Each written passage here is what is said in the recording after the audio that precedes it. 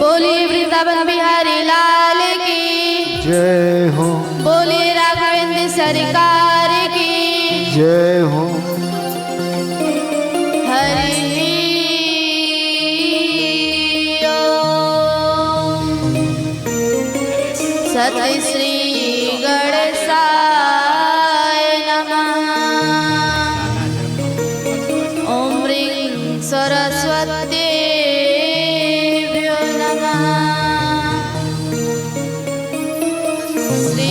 हनुमत चरण कमलेभ्यो नमः। श्री गुरुदेव्यो नमः। वक्रतुंड महाकाय सूर्यकोटि समप्रभा निर्विघ्नं कुरु मे देवा। आज का जो समय निर्धारित किया गया है 4:30 से 5 बजे तक अनन्या जी, 5 से 6 बजे तक परमेश्वर दास जी, 6 से 8 बजे तक राधा भक्ति भारती जी और 8 से 10 बजे तक जो है जया किशोरी जी का 2-2 घंटा टाइम निर्धारण किया गया है। इसलिए आप लोग शांति का दान दें और भगवान की मंगलमयी कथा को स्पर्श करें, सुने, अपने जीवन को धर्म बनावें।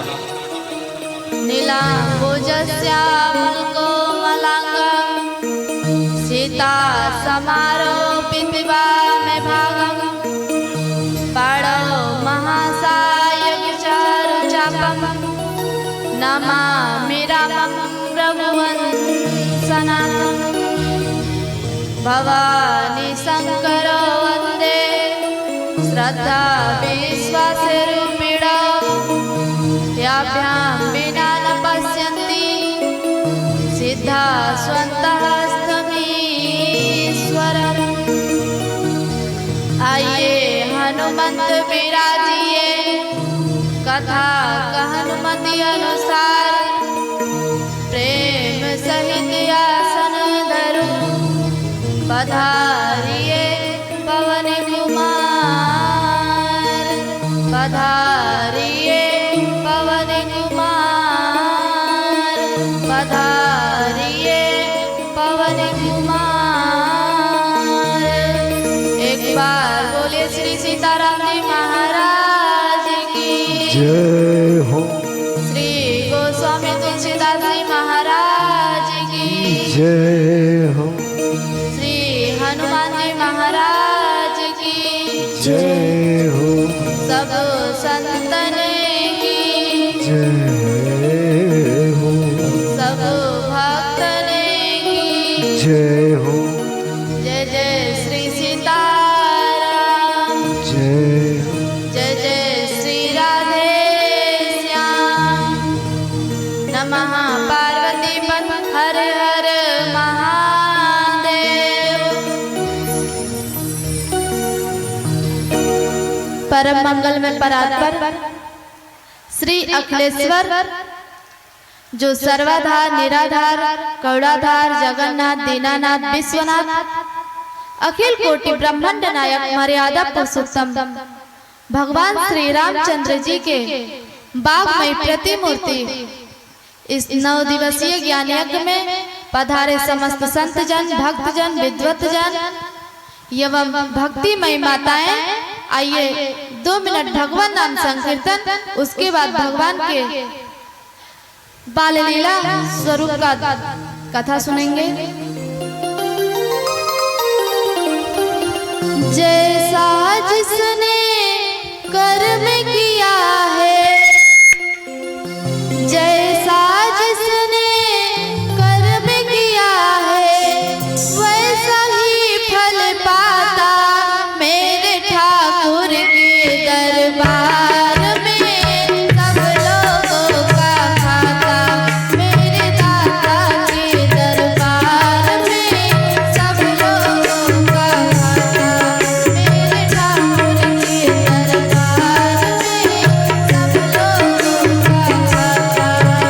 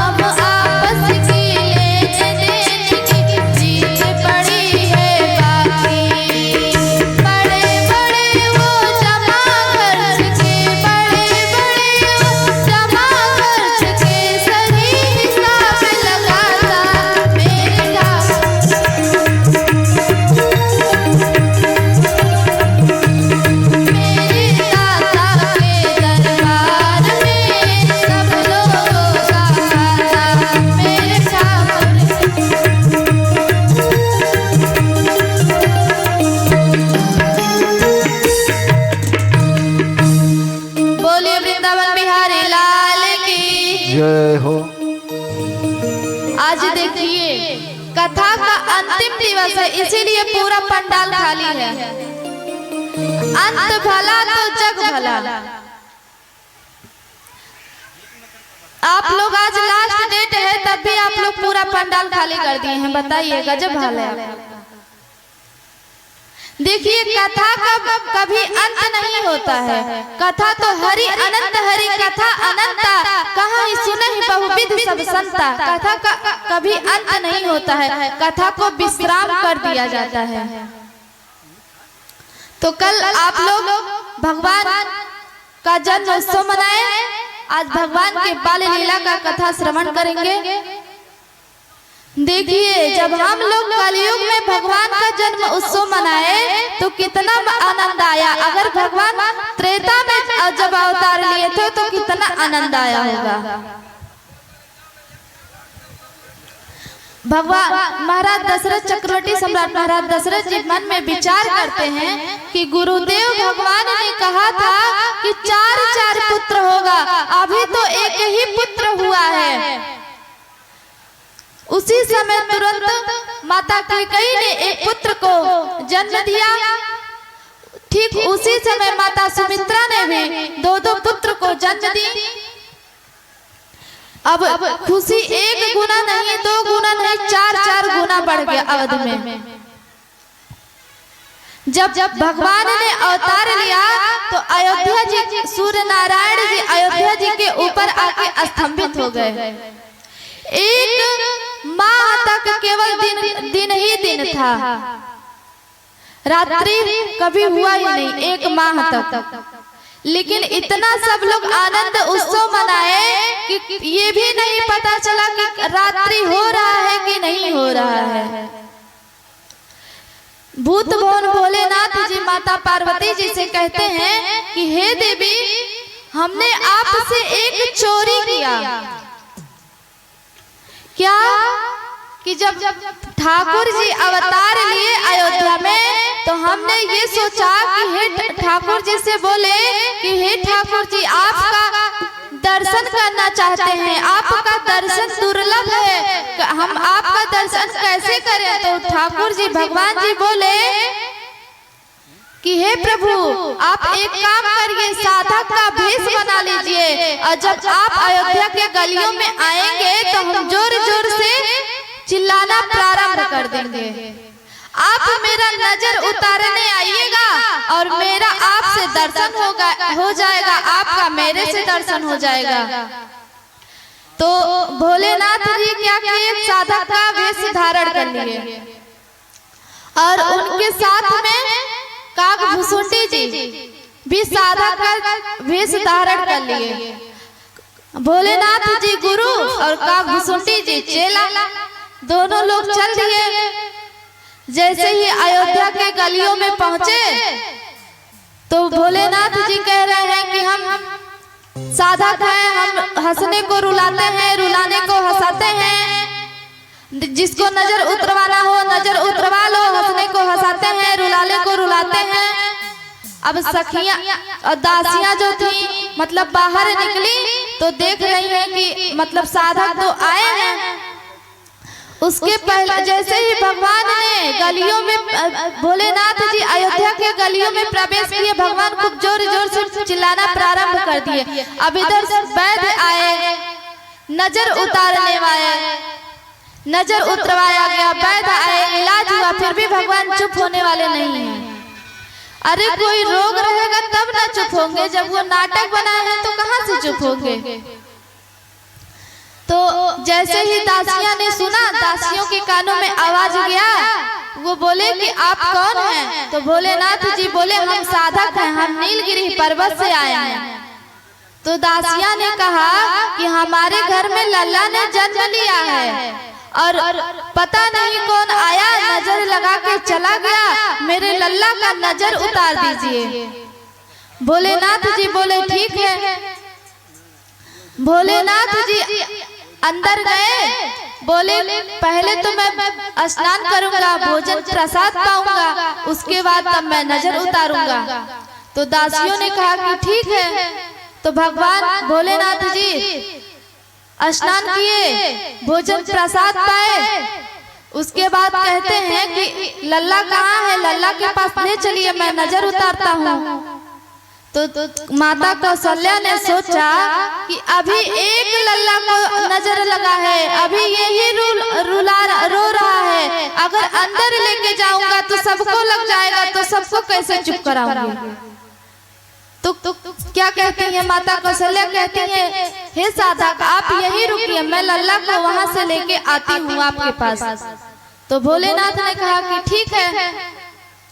अब जैसे ही भोलेनाथ के हाथ में प्रभु गए, तुरंत प्रभु शांत हो गए। अब सब लोग सोचने लगे कि मतलब ये कितने सिद्ध साधक हैं जो कुछ बोले भी नहीं, हाथ में जाते ही एकदम मेरा लल्ला शांत हो गया।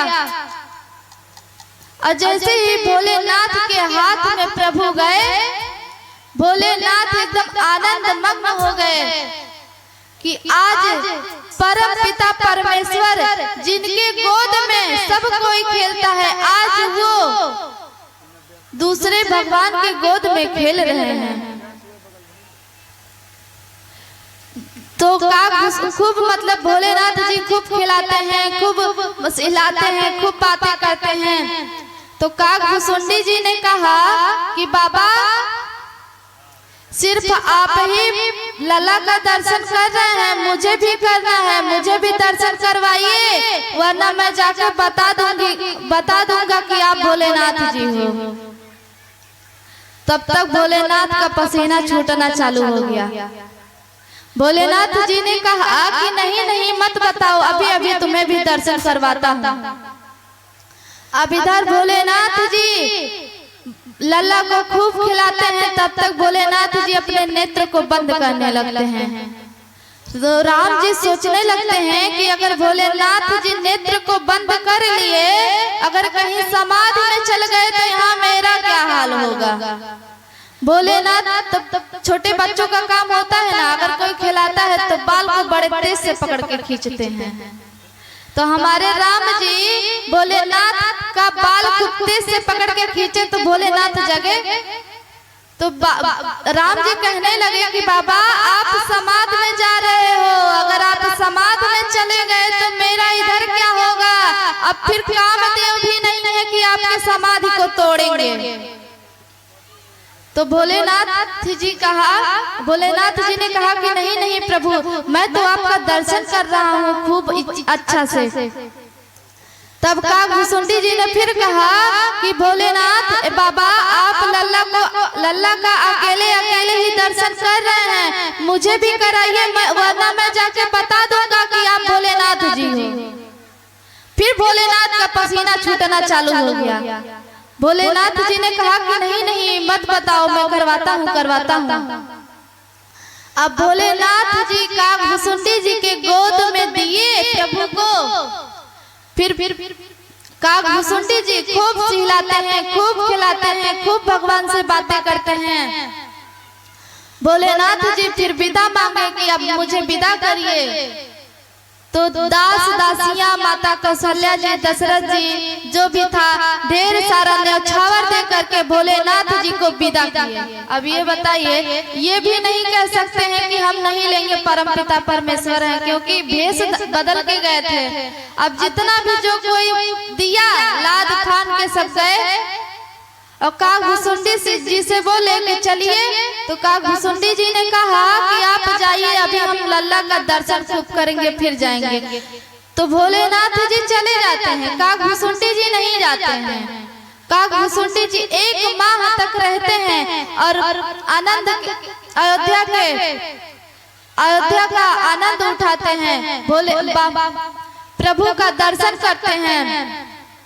उसके बाद इधर चक्रवर्ती सम्राट महाराज दशरथ जी गुरुदेव भगवान को बुलाते हैं और चारों पुत्रों का नामकरण करवाते हैं। गुरुदेव भगवान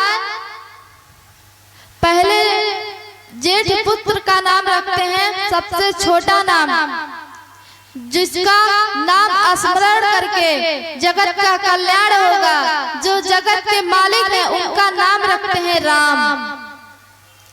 और दूसरे पुत्र का नाम रखते हैं जो विश्व का भरण पोषण करते हैं, उनका नाम रखते हैं भरत। विश्व भरण पोषण कर जोई, ताकर नाम भरत अस होई।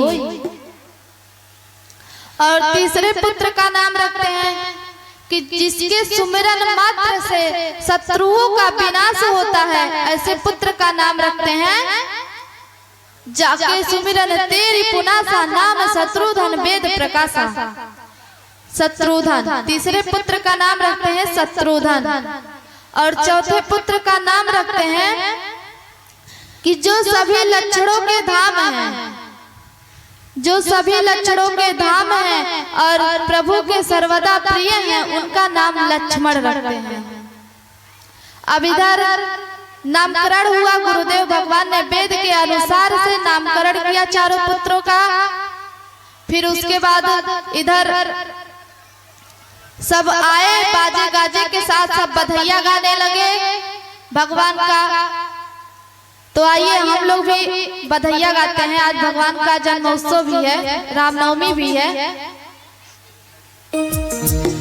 बधाइया बाजे आंगने में, बधाइया बाजे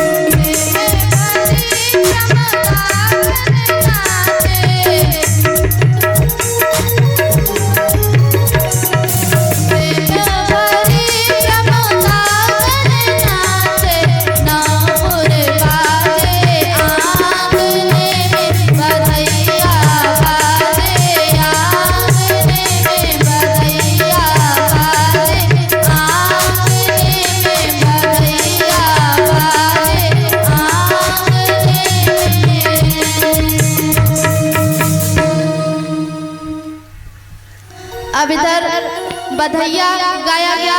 उसके बाद एक दिन माता कौशल्या जी प्रभु को स्नान करवा के, अमृत पान करवा के पालने में पौड़ा दी और माँ ने मैया चली गई भगवान को भोग लगाने। जब माँ भगवान को भोग लगाने चली गई पूजा घर में, तो वहां से फिर आई, फिर दोबारा जब गई तो देख रही है कि वहां भगवान खूब लड्डू का भोग लगा रहे हैं। फिर वहां से आके पालने के पास देखती है तो भगवान खूब ठाठ बाट के सो रहे हैं। फिर माता कौशल्या पूजा घर में जाती हैं तो वहाँ भगवान लड्डू का भोग लगा रहे हैं। देखिए वहाँ पे भगवान देख के मुस्कुराए। जब भगवान मुस्कुराते हैं तो जरूर कोई ना कोई लीला जरूर करते हैं। तो फिर गई माता कौशल्या देखती हैं पूजा घर में लड्डू का भोग लगा रहे हैं भगवान। फिर आती हैं पालक के पास देखती हैं तो भगवान ठाठ बाट के सो रहे हैं। अब माता की मति जो है भ्रम में पड़ गई। यहाँ वहाँ तो बालक देखा, मति भ्रम मोर की आन विसेखा। मैया की मति भ्रम में हो गई। अब इधर जब मैया की मति भ्रम में हो गई तो भगवान देख के मुस्कुराए, और जब भगवान मुस्कुराते हैं तो जरूर लीला करते हैं।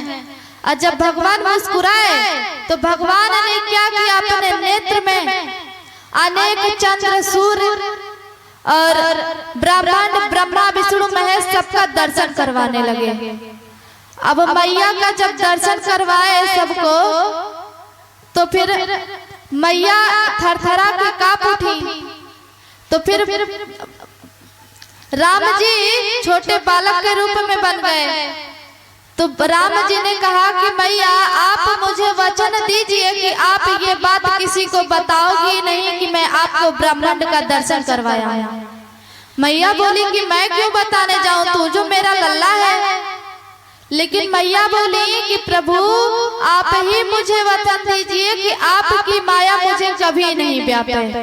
तो राम जी ने कहा कि नहीं मैया, मेरी माया आपको कभी नहीं व्यापेगी। मैया ने सोचा कि जब ये परम पिता परमेश्वर ये जब सबको अपने गोद में खुद खिलाते हैं तो मैं इन्हें कैसे खिला पाऊंगी। तो मैया ने पुत्र रूप से प्रेम ही करना बंद कर दी। और जब इधर प्रभु ने सोचा कि मैया तो मुझे पुत्र रूप से प्रेम ही करना बंद कर दी, तो प्रभु ने माँ को एक नजर देके और समस्त बातों को भुलवा दिए। अब इधर छोटे धीरे धीरे बड़े होते हैं, तब आता है जनेऊ संस्कार। आप लोग जानते हैं जनेऊ संस्कार, उपनयन संस्कार आता है। 4 वेदी बनवाया गया, चारों वेदी पे चारों भाइयों को विराजमान करवाया गया। सखियां मंगल गीत गाने लगी। दशरथ की चारों गोलालनवा बेदी पर बैठे, रथ के चारों पर बैठे।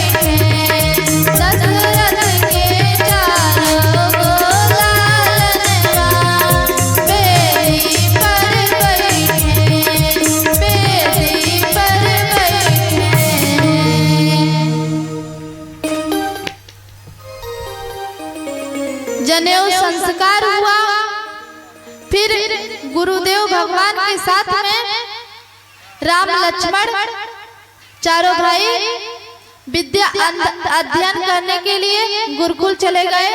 गुरुदेव भगवान के साथ में गुरु गृह गए पढ़ने रघुराई, अल्पकाल विद्या सब आई।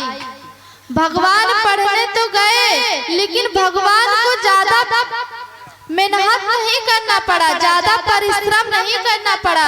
भगवान को विद्या खुद ही चल के आ गई। क्यों? क्योंकि भगवान नित्य मर्यादा में रहते हैं। भगवान अपने से बड़ों का सम्मान करते हैं। गुरुदेव भगवान को प्रणाम करते हैं, छोटे को सम्मान देते हैं, छोटे से प्रेम से रहते हैं, बड़ों का सम्मान करते हैं। आजकल के समय में ये बताइए कौन अपने माता पिता को प्रणाम करता है?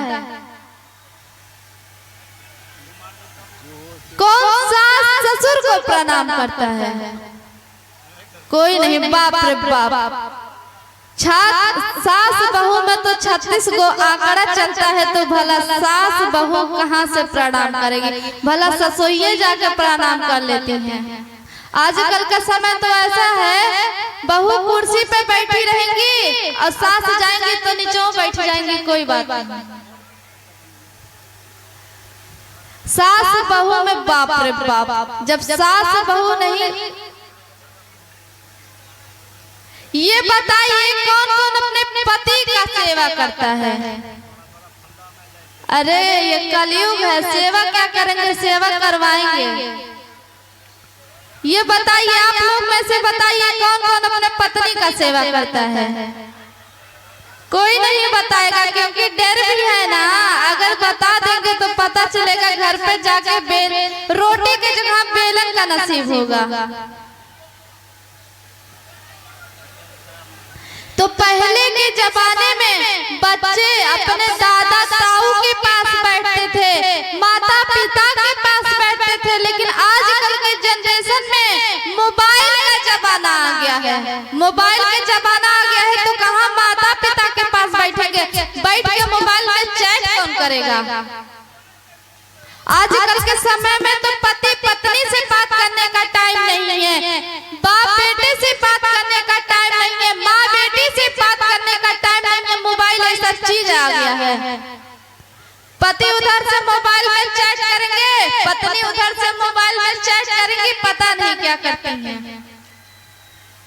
ऐसा जनरेशन आ गया है। पहले के बच्चे अपने दादा ताऊ माता पिता के पास बैठते थे, तो माता पिता दादा ताऊ खेल खेल में ही, खिस्सा खिस्सा में ही पूरे संस्कार को बता देते थे। आजकल के समय में कहते हैं उस बुढ़े के पास कौन बैठेगा? अरे वो बुढ़े हैं तो क्या तुम हमेशा जवान ही रहोगे? तुम नहीं बुढ़ा बनोगे। आजकल तो लोग इंग्लिश बोलना चालू कर दिए हैं, इंग्लिश बोलते हैं। ये बताइए कि किस शास्त्र में लिखा है कि हमें इंग्लिश बोलना चाहिए? हम हिंदूवासी हैं, हम हिंदुस्तान के रहने वाले हैं, हम हिंदू हैं, तो हमें हिंदी बोलना चाहिए। यहाँ पे लिखा है कि हमें अंग्रेजी बोलना चाहिए। आजकल अपने भारत की सभ्यता को, भारत की भाषाओं को छोड़ के लोग विदेश की भाषाओं का उपयोग कर रहे हैं। ऐसा संस्कृति, ऐसा सभ्यता, ऐसा सभ्यता हो गया है हमारे देश का। ये हिंदी बोलना, हिंदी हमारा राष्ट्रीय भाषा है। हिंदी तो राष्ट्रीय भाषा, ये हमारे संविधान में लिखा है, लेकिन ये कहाँ लिखा है कि हमें अंग्रेजी बोलना चाहिए? आजकल अंग्रेजी में बात करते हैं लोग, हिंदुस्तान के रहते हुए भी इंग्लिश में बोलते हैं। अरे जो हिंदुस्तान में रहता है उसे हिंदी बोलना चाहिए, या तो वो हिंदू के नाम पे कलंक होगा जो इंग्लिश बोलता होगा।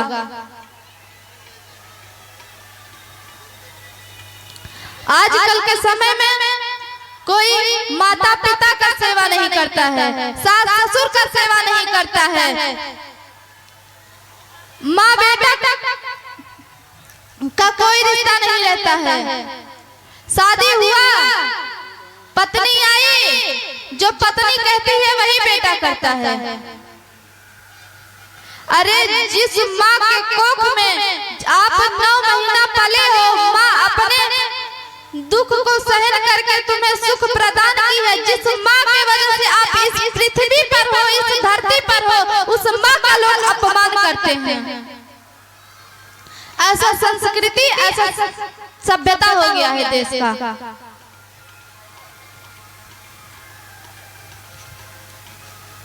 और सुबह उठते ही हाथ को घर्षण करना चाहिए और हाथ को मुंह में लगाना चाहिए, क्योंकि हाथ के अग्रभाग में माता लक्ष्मी जी का वास होता है। लोग कहते हैं ना कि सुबह सुबह उठे, पता नहीं किसका मुंह देख लिए कि सुबह से भोजन का नसीब नहीं हुआ है। आप किसी का मुंह मत देखिए, आप किसी का फेस मत देखिए, आप किसी का थोबड़ा मत देखिए, आप अपने हस्तरेखा का दर्शन करिए। क्राग्रे वस्ते लक्ष्मी करमूले ते गोविंदा। मूल में भगवान श्री कृष्ण का वास होता है। तो सबसे पहले सुबह में उठ के माता धरती को प्रणाम करिए और हस्तरेखा को दर्शन करिए और अपने माता पिता का सम्मान करिए, माता पिता को प्रणाम करिए, अपने सास ससुर को प्रणाम करिए। देखिए, जिसके अंदर संस्कार रहता है, कोई कितना भी पढ़ा विद्वान क्यों ना हो जाए, लेकिन जिसके अंदर संस्कार नहीं है वह अनपढ़ के बराबर है। और कोई कितना भी गंवार क्यों ना हो, अगर उसके अंदर संस्कार है तो वो बहुत कुछ है। इसलिए आप अपने बेटों बेटियों को जरूर संस्कार सिखाइए कि किसके साथ में कैसे रहना चाहिए, किसके साथ में कैसे बोलना चाहिए, किसके साथ में क्या करना चाहिए।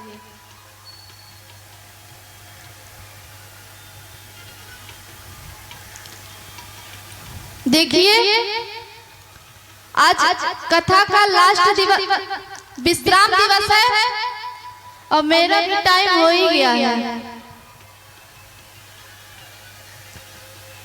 देखिए, हम आज आप लोग के सामने जो कुछ भी बोल रहे हैं, ये हमारे गुरु जी का कृपा है।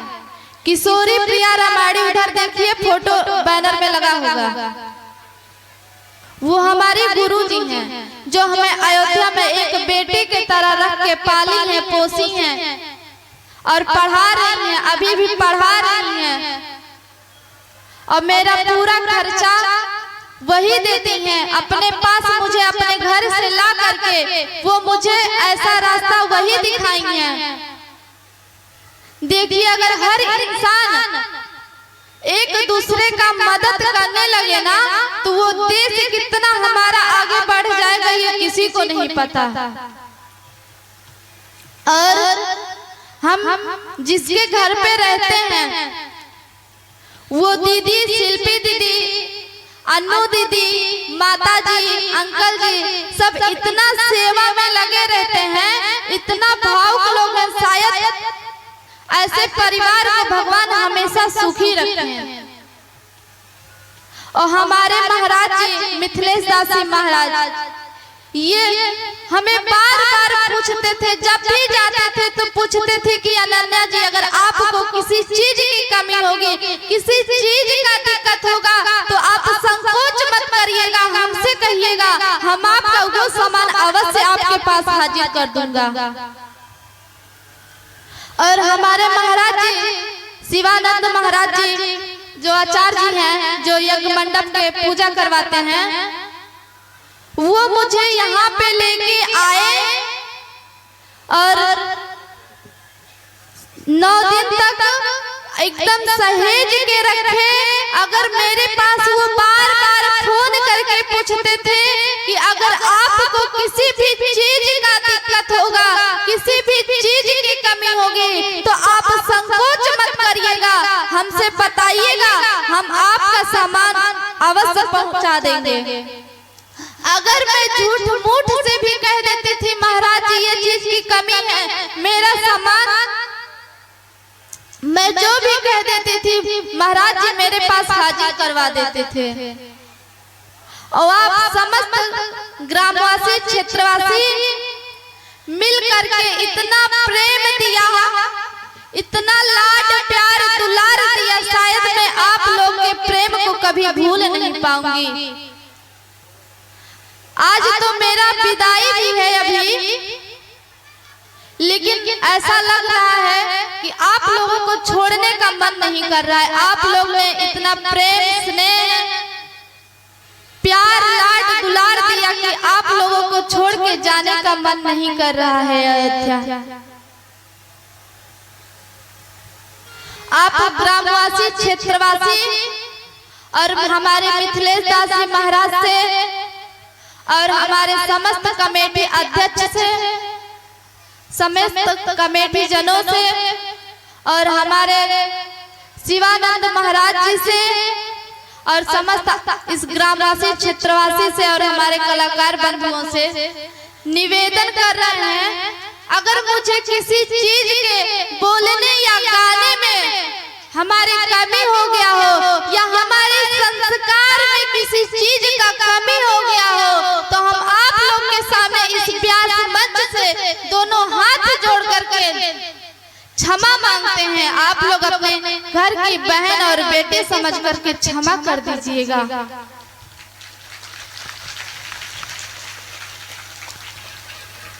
और आप लोग के लिए एक लाइन कहना है क्या?